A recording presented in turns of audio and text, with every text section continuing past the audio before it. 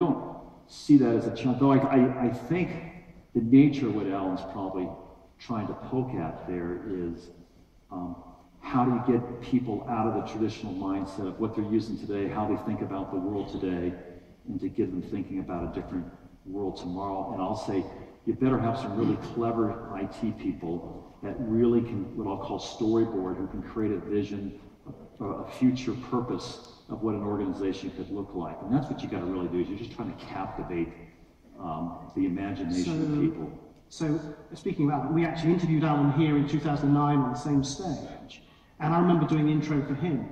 And he spent his whole life at Shell. Right? And in the intro for you, we pointed out all the different companies you've been to.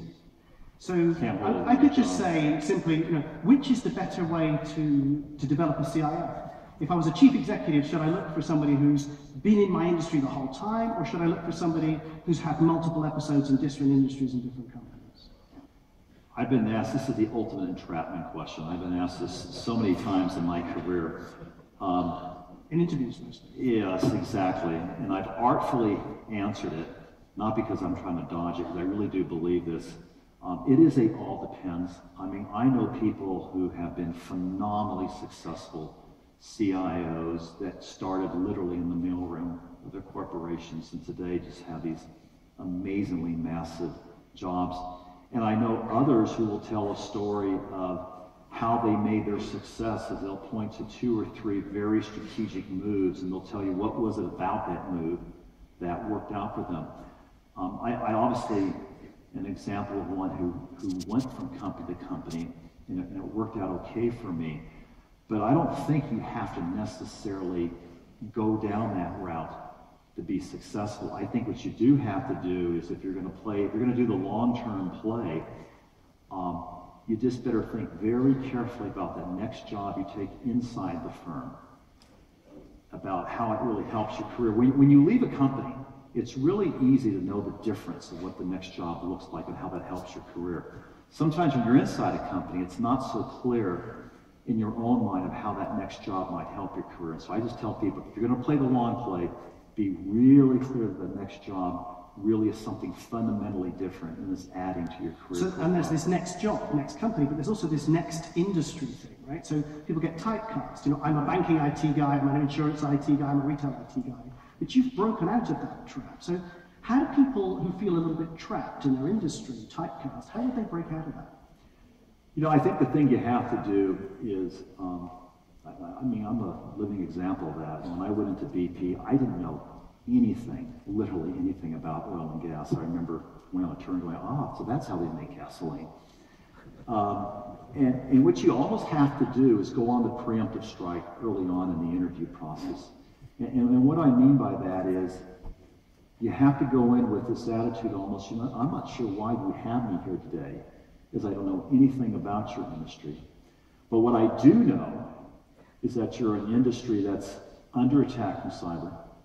You have huge computational requirements. You have complex matrices. You have an international presence.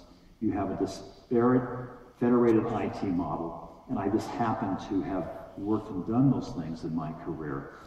And by the end of the conversation, if you do that artfully, they're pushing more towards, don't worry, we're not so much concerned about you don't know oil and gas. What we're wanting is the capabilities you bring in that are relevant from other experiences. But you have to be preemptive about that. You've got to make sure that they understand that, because in the back of their mind, they're wondering, can you make the transition? So you've made a decision to move on in a moment, and you're going to look back, and there's this question, what is Dana's legacy? So how do you frame Dana's legacy at BP before we move on to what you're doing next? So for me, that's really simple. There's only one thing that really matters to me at the end of the day, and that is, have I created a sustained pipeline and talent inside of BP that if you look back a number of years from now, were they able to continue to move people on without having to go to the street to create the next generation of leaders? A huge amount of passion around this.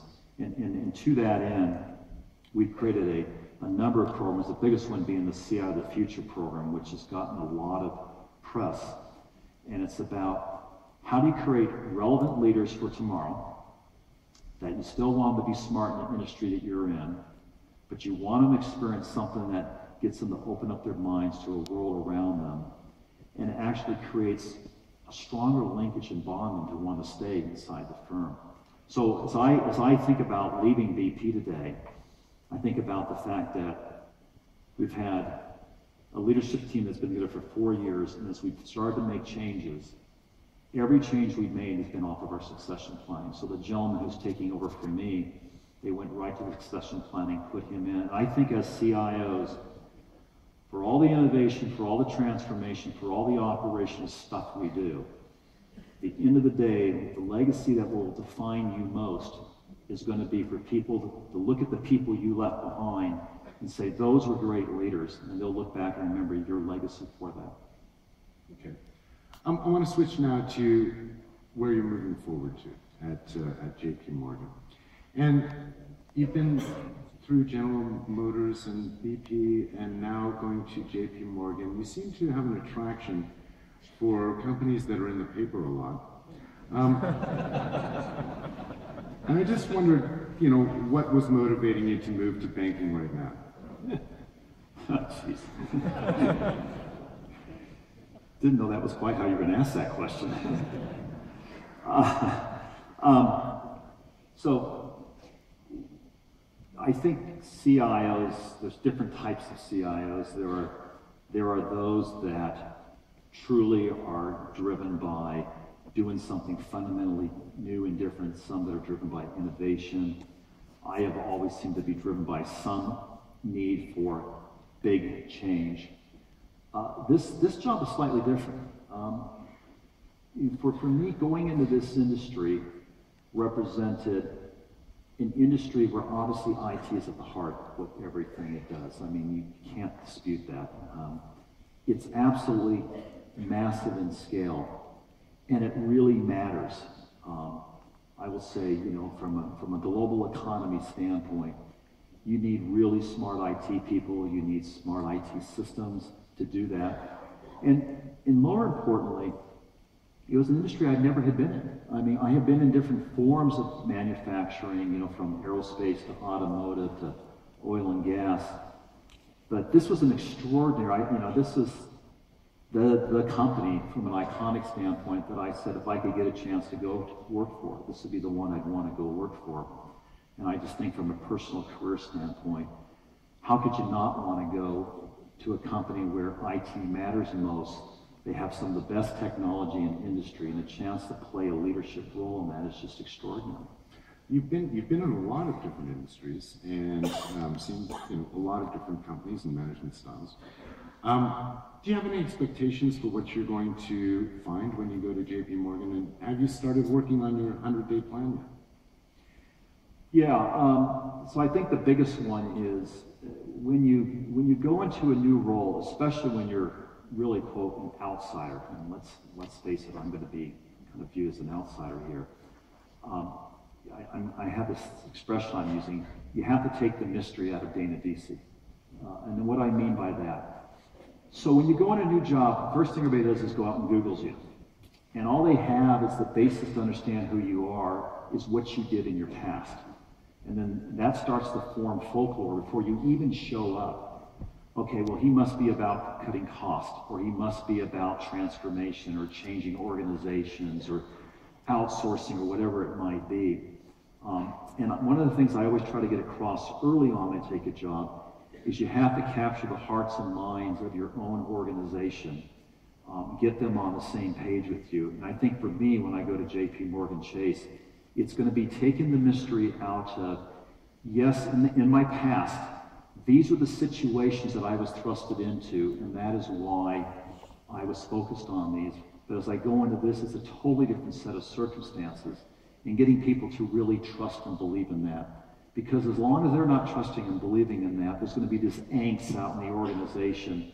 And the longer that angst exists, the more difficult it is to move it on. So you really want to set the stage as you get there, once you've learned. And then there's all the things that I think everybody in this audience would expect. You know, there's obviously to learn the business, get the top priorities, listen to a lot of people, what gaps and holes exist in the organization, what your risks are that exist, what your regulatory issues are, your government issues, etc. Okay. Excellent. Good. We're running out of time, Mark. So, I want to summarize for you a few of the things we've just heard in the last 45 minutes, because there's a lot of insight here. We just heard from a CIO who had a $3 billion budget and took sort of 800 million out of it as a massive transformation. That level of change can be done. That you have to keep your foot right down on the pedal to keep going through that and get through those things as fast as possible, that you cannot be derailed by disruptions like the kind of disasters that they have in the oil industry while you're doing that sort of stuff. That the threats to this industry, so 40% of the cyber threats are hitting the energy industry, that this is becoming nation-state stuff. And so when you've heard some of that and you can't make out whether that's real or not, this oil industry executive is telling you to beware, it is real. The future for IT is moving away and thinking less about SLAs and more about business outcomes, specific, discrete, measured business outcomes. Digital business matters. In the context of oil, it's this digital oil field stuff, it's petabytes of memory to do seismology, to change the game in terms of time to find. It's incredible stuff. We've heard, though, that despite how competitive it is, big oil CIOs do talk to each other. And so should you. If they can talk to each other with what's at stake for them, why can't you talk to your competitors to do the kind of learning and development that we've heard about? But in the end, what you're developing as a CIO is not a set of systems, it's a pipeline not of oil, it's a pipeline of talent, a pipeline of people, as Dana says. And that's your legacy, and that's how you sustain your vision into the future through the people that you've left behind. We've also heard that it's worth moving to banking because that's the industry where IT matters most. And we've also heard that this CIO believes that Chelsea will win the Premiership. He is wrong, because Arsenal.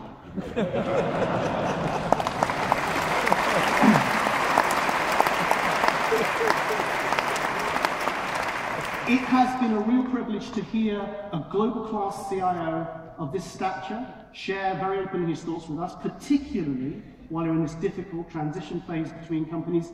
That's a unique insight you're unlikely to hear again anytime soon, so thank you very, very much. The global CIO of BP, Dana Deasy.